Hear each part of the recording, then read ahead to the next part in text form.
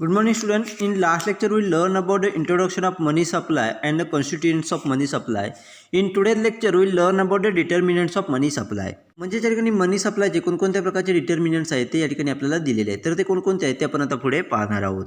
So the first is monetary base. Monetary base is one of the fundamental determinants of the money supply. It refers to the variety of the asset owned by the central bank which form the base for the issue of currency note. The amount of currency note issued by the central bank depend upon the size of the monetary base. Larger the monetary base, higher would be the supply of the money and vice versa. Monetary base consists of the following component. First आपल्याला determinant दिले तो म्हणजेच monetary base. तर monetary base म्हणजेच काय, तर currency note issue करण्यासाठी central बँककडून त्या ठिकाणी आपल्याला वेगळ्या प्रकारच्या असेट ज्या खरेदी केल्या जातात किंवा मालकीच्या केल्या जातात किंवा ओन केल्या जातात त्यालाच ठिकाणी मॉनिटरी बेस असं म्हटलं जातं. आणि मनी सप्लायसाठी मॉनिटरी बेस हा ठिकाणी फंडामेंटल डिटर्मिनंट या ठिकाणी आपल्याला असलेला मानला जातो. त्याचबरोबर सेंट्रल बँक ही मनी कशावरती इश्यू करते, तर ज्याप्रमाणे त्या ठिकाणी मॉनिटरी बेस असेल त्या साईजवरती त्या ठिकाणी आपल्याला करन्सी नोट किती इश्यू करायचा हे डिपेंड असलेलं आपल्याला दिसून येतं. म्हणजे सेंट्रल बँकेकडे किती प्रमाणात मॉनिटरी बेस आहे त्याच्यावरती त्यानुसार त्या ठिकाणी आपल्याला करन्सी नोट या इश्यू केलेल्या दिसून येतात. म्हणजे जर मॉनिटरी बेस हा मोठ्या प्रमाणात असेल तर मोठ्या प्रमाणात मनी सप्लाय देखील आपल्याला केलेला दिसून येतो. आणि जर मॉनिटरी बेस हा ठिकाणी कमी असेल, लेस असेल, तर मनी सप्लाय देखील आपल्याला कमी असलेला दिसून येतो. मग मॉनिटरी बेस जो आहे तो कोणकोणत्या गोष्टींपासून बनला जातो किंवा कोणकोणत्या गोष्टींच्या माध्यमातून त्या ठिकाणी मॉनिटरी बेस हा तयार केला जातो किंवा कोणकोणते कॉम्पोनंट मॉनिटरी बेसमध्ये इन्क्लूड आहेत ते या ठिकाणी आपल्याला दिलेले आहेत. तर ते कोणकोणते कॉम्पोनंट आहेत ते आपण आता पुढे पाहणार आहोत. So the first is monetary gold stock. The monetary gold stock consists of the three components as follows. The stock of gold accumulated over the period of time. म्हणजे जे काही फर्स्ट आपल्याला कॉम्पोनंट्स दिले तो म्हणजेच मॉनिटरी गोल्ड स्टॉक. तर monetary gold stock हा ठिकाणी आपल्याला तीन कॉम्पोनंट्समध्ये ठिकाणी आपल्याला कन्सिस्ट केलेला दिसून येतो. तर त्यामध्ये फर्स्ट आपल्याला कॉम्पोनंट सांगितले तो म्हणजेच एका ठराविक पिरियडमध्ये किती प्रमाणात आपण स्टॉक ऑफ गोल्ड हे अकोमोडेट करतो किंवा जमा करतो त्याच्यावरती ठिकाणी आपल्याला मॉनिटरी गोल्ड स्टॉक जो आहे तो आपल्याला डिपेंड असलेला दिसून येतो. Next is net addition made to the stock of gold from the current domestic production of gold. Here the net addition is calculated as domestic production of gold minus real cost of production and amount of gold use for the non monetary purpose. Next या ठिकाणी आपल्याला component दिले तर त्यामध्ये आपल्याला सांगितलं की current domestic production of गोल्डच्या माध्यमातून आपल्याला किती प्रमाणात नेट ॲडिशन त्या ठिकाणी होते तयार होते. म्हणजेच आपण जे काही डोमेस्टिक प्रोडक्शन गोल्डचं करत असतो त्याच्या माध्यमातून किती प्रमाणात नेट ॲडिशन त्या ठिकाणी गोल्डमध्ये होते किंवा स्टॉक ऑफ गोल्डमध्ये होते त्याच्यावरून त्या ठिकाणी आपल्याला मॉनिटरी गोल्ड स्टॉक हा डिपेंड असलेला दिसून येतो. तर नेट ॲडिशन कशा पद्धतीने कॅल्क्युलेट केलं जातं, तर त्या ठिकाणी डोमेस्टिक प्रोडक्शन ऑफ गोल्ड म्हणजेच किती प्रमाणात त्या ठिकाणी गोल्डचं प्रोडक्शन झालं आणि ते प्रोडक्शन करण्यासाठी रिअल कॉस्ट किती आली आणि त्याच्या माध्यमातून त्या ठिकाणी नॉन मॉनिटरी पर्पजसाठी गोल्ड किती प्रमाणात यूज केला जाणार आहे हे त्याच्यामधून मायनस केलं जातं. आणि उरलेली जी काय व्हॅल्यू असेल त्याला ठिकाणी नेट ॲडिशन ऑफ गोल्ड असं ठिकाणी म्हटलं जातं. आणि त्याच्या माध्यमातून त्या ठिकाणी आपल्याला मॉनिटरी गोल्ड स्टॉक हा ठिकाणी आपल्याला तयार केलेला दिसून येतो. Next is the net of import and export of gold. If the monetary gold stock is more the central bank can issue the more currency.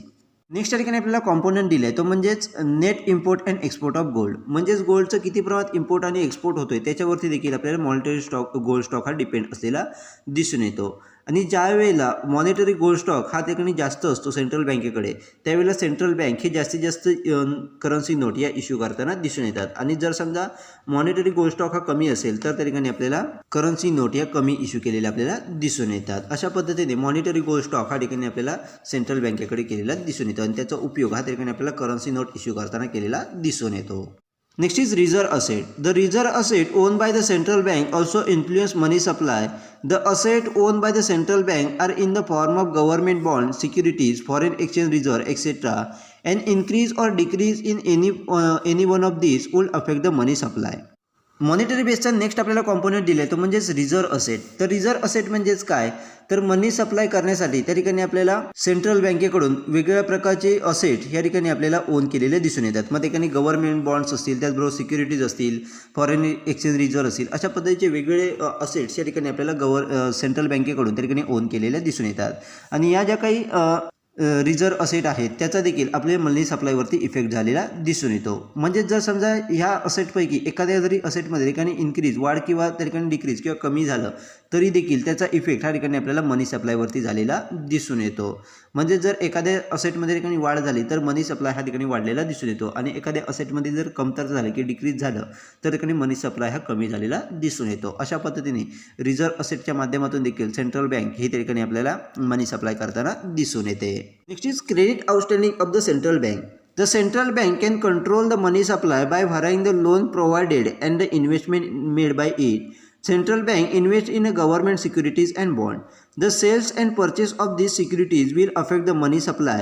Whenever the central bank purchases securities, it makes a payment for the same, leading to an increase in money supply. By adjusting its investment, the credit sanctioned by its money supply is influenced by the central bank. Next या ठिकाणी आपल्याला component दिलाय तो म्हणजेच credit outstanding of the central bank. म्हणजेच त्या ठिकाणी आपल्या लक्षात येईल की सेंट्रल बँक ही त्या ठिकाणी प्रोव्हाइड केलेल्या लोनच्या माध्यमातून त्याचबरोबर ते बँकेच्या माध्यमातून केल्या जाणाऱ्या इन्व्हेस्टमेंटच्या माध्यमातून देखील मनी सप्लाय हा कंट्रोल करू शकते. तर ती कशा पद्धतीने तर सेंट्रल बँक ही गव्हर्नमेंट सिक्युरिटीज असतील त्याचबरोबर बॉन्ड्स असतील याच्यामध्ये मोठ्या प्रमाणात इन्व्हेस्टमेंट आपल्याला करताना दिसून येते आणि या इन्व्हेस्टमेंटमध्ये किंवा सिक्युरिटीजचा सेल किंवा परचेस जर होत असेल तर त्याचा इफेक्ट हा मोठ्या प्रमाणात आपल्याला मनी सप्लायवरती झालेला दिसून येतो. तर तो कशा पद्धतीने तर ज्या वेळेला सेंट्रल बँक ही ठिकाणी वेगळ्या प्रकारचे सिक्युरिटीज परचेस करत असते तर त्याच्यासाठी मोठ्या प्रमाणात आपल्याला पेमेंट देखील आपल्याला करताना दिसून येते आणि याच्या माध्यमातून मनी सप्लाय हा ठिकाणी आपल्याला वाढलेला दिसून येतो. आणि जर समजा सेंट्रल बँक ही त्याची इन्व्हेस्टमेंट जी आहे ती ॲडजस्ट करून क्रेडिट जे आहे ते सँक्शन करत असेल म्हणजेच वेगळ्या बिझनेसमॅनसाठी क्रेडिट जर सँक्शन करत असेल तर त्याच्या माध्यमातून देखील आपल्याला मनी सप्लायवरती ठिकाणी क्रेडिट सेंट्रल बँकच्या माध्यमातून इफेक्ट झालेला दिसून येतो.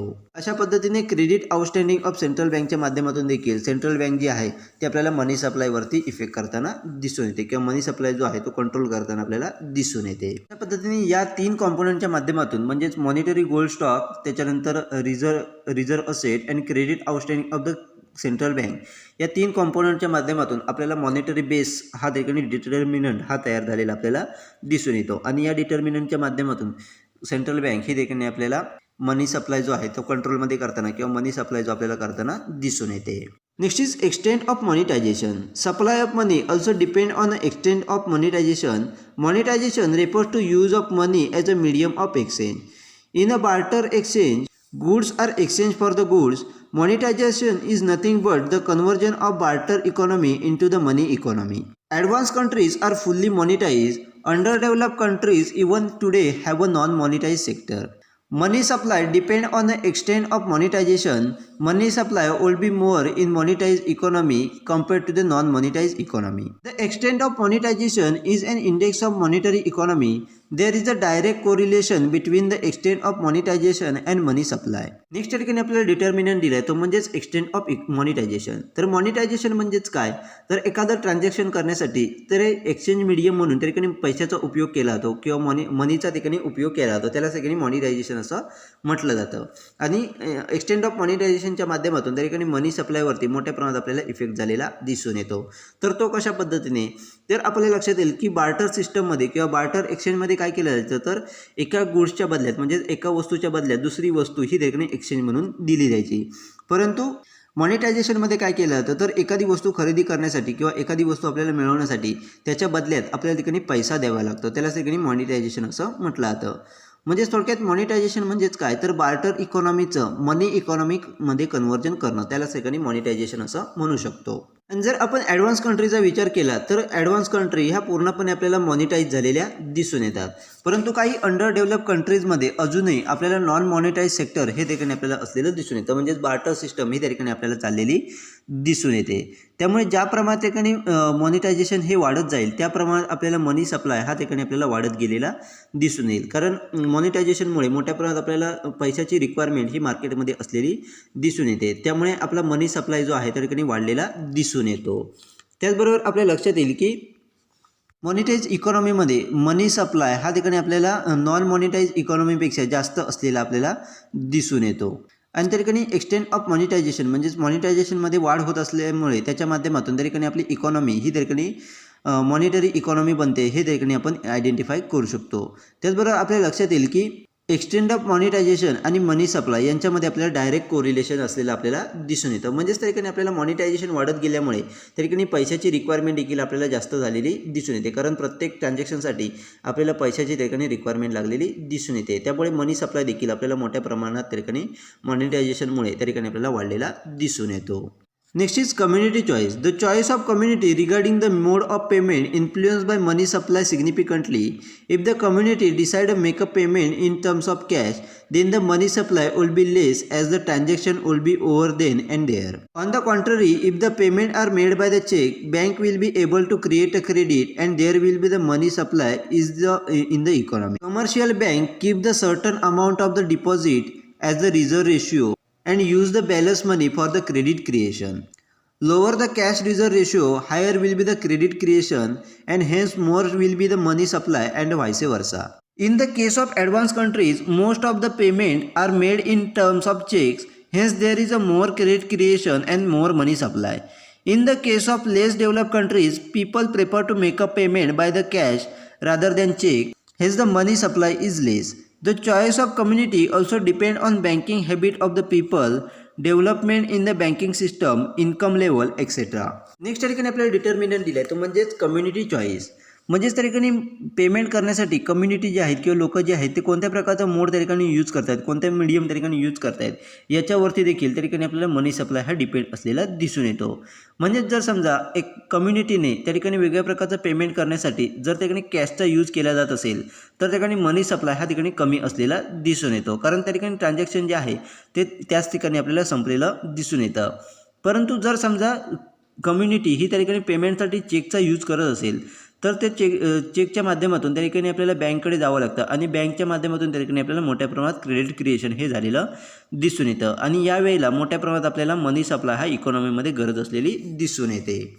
म्हणजेच थोडक्यात आपल्या लक्षात येईल की आपण ज्यावेळेला कॅश पेमेंटच्या माध्यमातून त्या ठिकाणी ट्रान्झॅक्शन करत असतो त्यावेळेला मनी सप्लाय हा लेस असलेला दिसून येतो. परंतु जर त्या ठिकाणी आपण चेकच्या माध्यमातून किंवा इतर मीडियमच्या माध्यमातून जर त्या ठिकाणी पेमेंट करत असू तर मोठ्या प्रमाणात त्या ठिकाणी क्रेडिट क्रिएशन आपल्याला झालेलं दिसून येतं आणि त्याच्या माध्यमातून त्या ठिकाणी मनी सप्लाय हा जास्त लागलेला आपल्याला दिसून येतो. त्याचबरोबर कमर्शियल बँका काय करतात तर त्यांच्याकडे जे काही डिपॉझिट त्या ठिकाणी येत असते त्यातील काही अमाऊंट ही त्या ठिकाणी आपल्याला रिझर्व्ह रेशो म्हणून यूज करत असतात आणि उरलेली जी काही बॅलन्स अमाऊंट जी आहे ती क्रेडिट क्रिएशनसाठी आपल्याला यूज केलेली दिसून येते.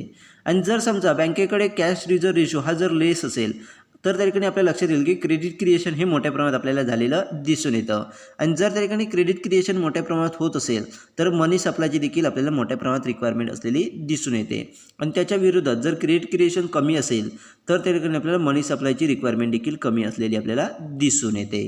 जर आपण त्या ठिकाणी ॲडव्हान्स कंट्रीचा विचार केला तर आपल्याला लक्षात येईल की त्यामध्ये वेगळ्या प्रकारची पेमेंट करण्यासाठी आपल्याला मोठ्या प्रमाणात चेकचा यूज केलेला दिसून येतो. त्यामुळे त्या कंट्रीजमध्ये मोठ्या प्रमाणात आपल्याला क्रेडिट क्रिएशन हे झालेलं दिसून येतं आणि क्रेडिट क्रिएशन वाढल्यामुळे त्या ठिकाणी ॲटोमॅटिकली आपल्याला मनी सप्लायची रिक्वायरमेंट लागलेली दिसून येते. परंतु जर आपण लेस डेव्हलप कंट्रीचा विचार केला किंवा अंडर डेव्हलप कंट्रीचा विचार केला तर त्या ठिकाणची लोकं जी आहेत ती आपल्याला वेगळ्या प्रकारचे पेमेंटसाठी मोठ्या प्रमाणात कॅशचा यूज करताना दिसून येतात रादर दॅन चेक. म्हणजे चेकपेक्षा आपल्याला कॅशचा मोठ्या प्रमाणात यूज केलेला दिसून येतो. त्यामुळे त्या कंट्रीजमध्ये त्या ठिकाणी आपल्याला मनी सप्लाय हा कमी असलेला आपल्याला दिसून येतो.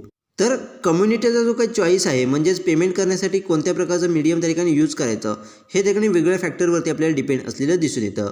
म्हणजेच बँकिंग हॅबिट ऑफ पीपल म्हणजेच लोकांना बँकिंग हॅबिट किती आहे त्याच्यावरती देखील आपल्याला चॉईस ऑफ मोड चॉईस हा डिपेंड असलेला दिसून येतो. त्याचबरोबर डेव्हलपमेंट ऑफ बँकिंग सिस्टम असेल, त्याचबरोबर इन्कम लेवल असेल, यासारख्या वेगवेगळ्या फॅक्टरवरून त्या ठिकाणी आपल्याला कोणत्या प्रकारचं मीडियम त्या ठिकाणी चूज करायचं हा त्या ठिकाणी डिसिजन आपल्याला डिपेंड असलेला दिसून येतो. अशा पद्धतीने कम्युनिटी चॉईसच्या माध्यमातून देखील आपल्याला मनी सप्लाय हा ठिकाणी कमी जास्त झालेला दिसून येतो. Next is cash reserve ratio. It is a major determinant of the bank money. It is statutorily fixed by the central bank. It is the ratio of the bank cash holding to its total deposit liabilities. The credit creating capacity of commercial bank depend upon the cash ratio, amount of deposit and number of other factors. Cash reserve ratio is a very important determinant of the credit creation and inverse relationship between cash reserve ratio and credit creation. If the ratio is high, then the commercial bank have a keep a large amount of reserve and less will available for the credit creation.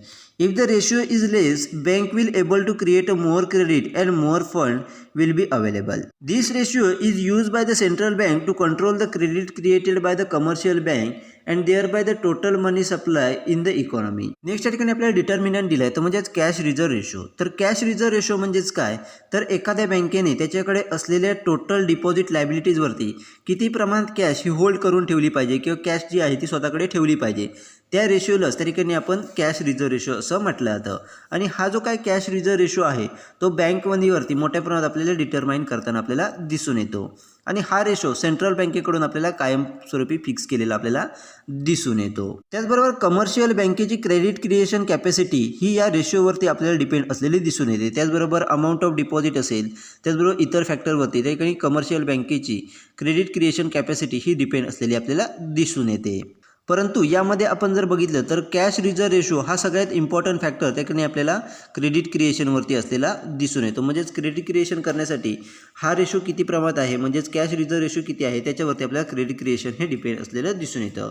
आणि cash reserve ratio आणि credit creation यांच्यामध्ये आपल्याला inverse relationship, विरुद्ध relationship त्या ठिकाणी आपल्याला असलेलं दिसून येतं. म्हणजे जर समजा कमर्शियल बँकेचा कॅश रिझर्व्ह रेशो हा ठिकाणी जर हाय असेल तर मोठ्या प्रमाणात अमाऊंट ही ठिकाणी रिझर्व करून ठेवणं गरजेचं असतं आणि त्याच्या माध्यमातून क्रेडिट क्रिएशनसाठी कमी प्रमाणात अमाऊंट ही ठिकाणी अवेलेबल असलेली दिसून येते. परंतु जर कॅश रिझर्व्ह रेशो हा कमी असेल तर ठिकाणी प्रत्येक बँकेकडे कमी अमाऊंट त्या ठिकाणी रिझर्व करून ठेवावी लागते आणि त्याचबरोबर त्याच्या माध्यमातून त्या ठिकाणी क्रेडिट क्रिएशनसाठी आपल्याला मोठ्या प्रमाणात फंड हा अवेलेबल झालेला दिसून येतो.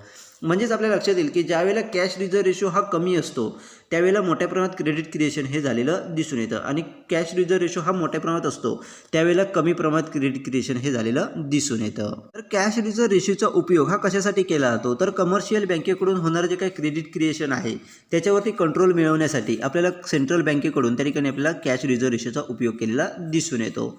म्हणजे जर समजा कमर्शियल बँकेकडून मोठ्या प्रमाणात क्रेडिट क्रिएशन होत असेल तर सेंट्रल बँक ही त्या ठिकाणी कॅश रिझर्व्ह रेशो जो आहे तो वाढवते आणि जर कमर्शियल बँकेकडून क्रेडिट क्रिएशन हे कमी प्रमाणात होत असेल तर ठिकाणी कॅश रिझर्व्ह रेशो हा कमी करते. अशा पद्धतीने कमर्शियल बँकेकडून होणारं जे काही क्रेडिट क्रिएशन आहे त्याच्यावरती कंट्रोल मिळवण्यासाठी आपल्याला कॅश रिझर्व्ह रेशोची मदत झालेली दिसून येते. अल्टिमेटली त्याचा इफेक्ट हा ठिकाणी आपल्याला इकॉनॉमीमध्ये होणाऱ्या टोटल मनी सप्लायवरती झालेला दिसून येतो. कारण ज्यावेळेला कमर्शियल बँकेकडून क्रेडिट क्रिएशन वाढतं त्यावेळेला इकॉनॉमीमध्ये मनी सप्लाय हा वाढलेला दिसून येतो आणि क्रेडिट क्रिएशन हे कमी होतं त्यावेळेला मनी सप्लाय हा कमी झालेला आपल्याला दिसून येतो. अशा पद्धतीने अल्टिमेटली मनी सप्लायवरती कंट्रोल मिळवण्यासाठी सेंट्रल बँकेकडून त्या ठिकाणी कॅश रिझर्व्ह रेशोचा उपयोग केलेला दिसून येतो. Next determinant is budgetary policy of the government. The budgetary policy of the government deal with the public revenue, public expenditure and public debt. All these have an impact on the money supply. The effect of the budgetary policy on the money supply are as follows. जसं की next आपल्याला determinant दिलं आहे तो म्हणजेच budgetary policy of the government. म्हणजेच गव्हर्नमेंटकडून budgetary policy accept केल्यामुळे त्या ठिकाणी आपल्याला मोठ्या प्रमाणात मनी सप्लायवरती इफेक्ट झालेला दिसून येतो. तर तो कशा पद्धतीने, तर बजेटच्या माध्यमातून त्या ठिकाणी पब्लिकचा जो काही रिव्हेन्यू असेल त्याचबरोबर पब्लिक एक्सपेंडिचर असेल त्याचबरोबर पब्लिक डेट या गोष्टींबरोबर आपल्याला डील केलेलं दिसून येतं आणि याच्या माध्यमातून मनी सप्लायवरती मोठ्या प्रमाणात आपल्याला इम्पॅक्ट झालेला दिसून येतो. तर या ठिकाणी आपल्याला बजेटरी पॉलिसीचा मनी सप्लायवरती कशा पद्धतीने इफेक्ट होतो हे या ठिकाणी आपल्याला दिलेलं आहे. तर तो कशा पद्धतीने इफेक्ट होतो ते आपण आता पुढे पाहणार आहोत. So the first is one of the important source of revenue for the government is taxation. When more tax is levied money flow from the public to the government. Hence the money supply will be less. On the contrary when the tax are reduce money supply will be more. First thing या ठिकाणी आपल्याला सांगितले ती म्हणजेच गव्हर्नमेंटचा सगळ्यात revenue जनरेशनचा source कोणता, तर taxation.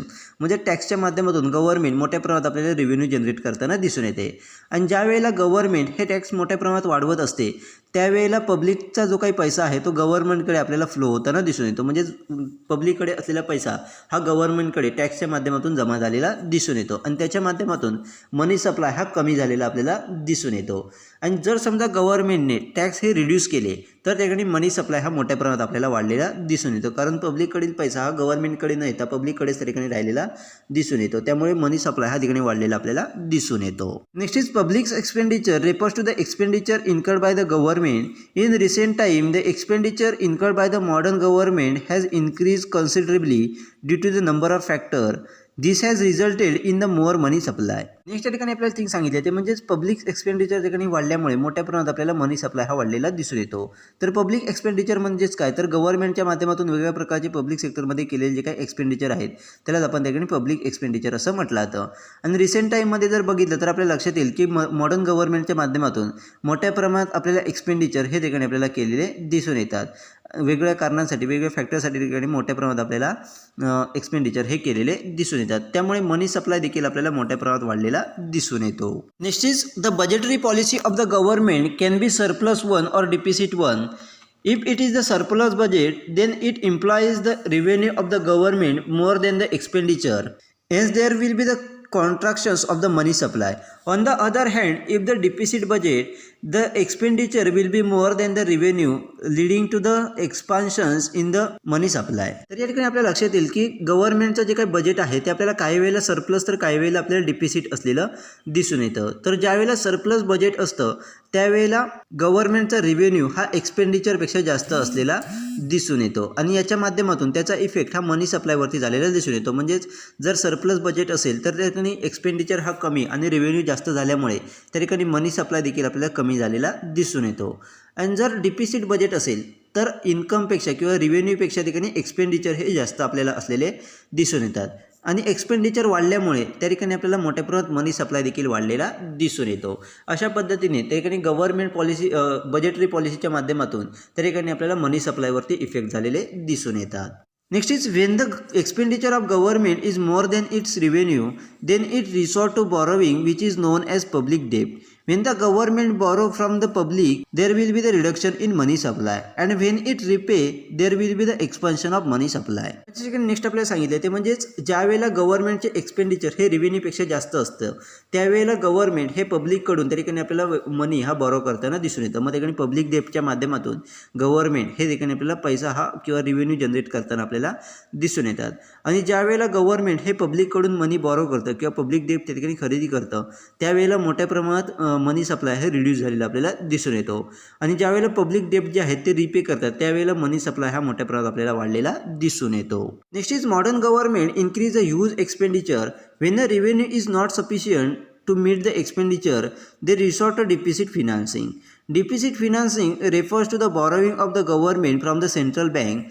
Deficit financing lead to increase in monetary base, thereby the increase in money supply. तर या ठिकाणी आपल्याला लक्षात येईल की मॉडर्न गव्हर्नमेंट जे आहे ते मोठ्या प्रमाणात आपल्याला सध्या एक्सपेंडिचर करताना दिसून येते किंवा खर्च करताना आपल्याला दिसून येते. आणि ज्या वेळेला गव्हर्नमेंटचा रिव्हेन्यू हा त्याचे एक्सपेंडिचर मीट करू शकत नाहीत किंवा त्याचे जे काही एक्सपेंडिचरची अमाऊंट आहे ती रिव्हेन्यूच्या माध्यमातून जर त्या ठिकाणी जमा होत नसेल तर गव्हर्नमेंट जे आहे ते डिफिसिट फिनान्सिंग त्या ठिकाणी ॲक्सेप्ट करताना दिसून येते. आणि ज्या वेळेला डिफिसिट फिनान्सिंग ॲक्सेप्ट केलं जातं त्यावेळेला आपला जो काही एक्सपेंडिचर आहे तो मीट करण्यासाठी गव्हर्नमेंट सेंट्रल बँकेकडून पैसा आपल्याला बॉरो करताना दिसून येतं. आणि ज्यावेळेला गव्हर्नमेंट ही सेंट्रल बँकेकडून पैसा बॉरो करतं त्यावेळेला सेंट्रल बँकेचा मॉनिटरी बेस जो आहे तो आपल्याला इन्क्रीज झालेला दिसून येतो. म्हणजे डिफिसिट फिनान्सिंगच्या माध्यमातून त्या ठिकाणी आपल्याला सेंट्रल बँकेचा त्या ठिकाणी मॉनिटरी बेस जो आहे तो आपल्याला वाढलेला दिसून येतो. आणि आपण बघितलं की ज्यावेळेला सेंट्रल बँकेचा मॉनिटरी बेस ज्यावेळेला वाढतो त्यावेळेला ॲटोमॅटिकली मनी सप्लाय हा वाढलेला दिसून येतो. अशा पद्धतीने त्या ठिकाणी बजेटरी पॉलिसी ऑफ गव्हर्नमेंटचा त्या ठिकाणी आपल्याला मनी सप्लायवरती इफेक्ट झालेला दिसून येतो. On the whole, fiscal operations of the government have significant impact on the money supply. The impact can be summarized as follows. म्हणजे सगळ्यांनी आपल्याला लक्षात येईल की गव्हर्नमेंटचे जे काही फिस्कल ऑपरेशन्स असतील त्याचा आपल्याला मनी सप्लायवरती इम्पॅक्ट झालेला दिसून येतो. तर तो इम्पॅक्ट कशा पद्धतीने होतो त्याची समरी या ठिकाणी आपल्याला दिलेली आहे ती आपण आता पुढे पाहणार आहोत. So the first is higher the tax lesser will be the money supply and vice versa. म्हणजेच गव्हर्नमेंट जर मोठ्या प्रमाणात टॅक्स ठिकाणी घेत असेल तर आपल्याला मनी सप्लाय हा ठिकाणी कमी झालेला दिसून येतो आणि जर टॅक्स रिड्यूस करत असेल तर मनी सप्लाय आपल्याला वाढलेला दिसून येतो. Next is increase in public expenditure automatically lead to the increase in money supply. म्हणजेच गव्हर्नमेंट जर पब्लिक एक्सपेंडिचर मोठ्या प्रमाणात करत असेल किंवा पब्लिक एक्सपेंडिचर वाढवत असेल तर ऑटोमॅटिकली ठिकाणी आपल्याला मनी सप्लाय हा वाढलेला दिसून येतो. Next is deficit budget will lead to expansion of money supply while the surplus budget will result in contractions of the money supply. म्हणजे सगळ्यांनी डिफिसिट बजेटच्या माध्यमातून त्या ठिकाणी मनी सप्लाय हा आपल्याला वाढलेला दिसून येतो आणि सरप्लस बजेटच्या माध्यमातून आपल्याला मनी सप्लाय हा रिड्यूस झालेला किंवा कॉन्ट्रॅक्ट कमी झालेला आपल्याला दिसून येतो. Next is money supply will contract when the public डेब्ट is mobilise and it will be expand when dept is repaid. म्हणजेच ज्या वेळेला पब्लिक डेप्ट ही मोबिलाइज केली जातात त्यावेळेला मनी सप्लाय हा कमी झालेला आपल्याला दिसून येतो. आणि ज्या वेळेला पब्लिक डेप्ट ही रिपे केली जातात त्यावेळेला मनी सप्लाय हा आपल्याला वाढलेला दिसून येतो. Next is deficit फिनान्सिंग.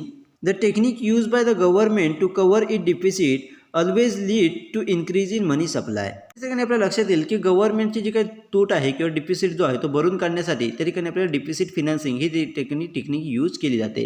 आणि ज्यावेळेला डिफिसिट फिनान्सिंग टेक्निक यूज केली जाते त्यावेळेला आपल्याला मॉनिटरी सप्लाय जो आहे तो किंवा मनी सप्लाय जो आहे तो आपल्याला वाढलेला दिसून येतो. अशा पद्धतीने त्या ठिकाणी आपल्याला फिस्कल ऑपरेशन जे आहेत गव्हर्नमेंटचे याचा इफेक्ट हा ठिकाणी आपल्याला मनी सप्लायवरती झालेला दिसून येतो. अशा पद्धतीचे वेगळे डिटर्मिनंट या ठिकाणी आपल्याला दिले ज्याच्या माध्यमातून त्याचा मनी सप्लायवरती आपल्याला इफेक्ट झालेला दिसून येतो. नेक्स्ट या ठिकाणी आपल्याला दिले ते म्हणजे व्हॅल्युसिटी ऑफ सर्क्युलेशन ऑफ मनी. म्हणजेच मनी सर्क्युलेशनची व्हॅल्युसिटी काय आहे ती या ठिकाणी आपल्याला दिलेली आहे. ते आपण नेक्स्ट लेक्चरमध्ये पाहणार आहोत.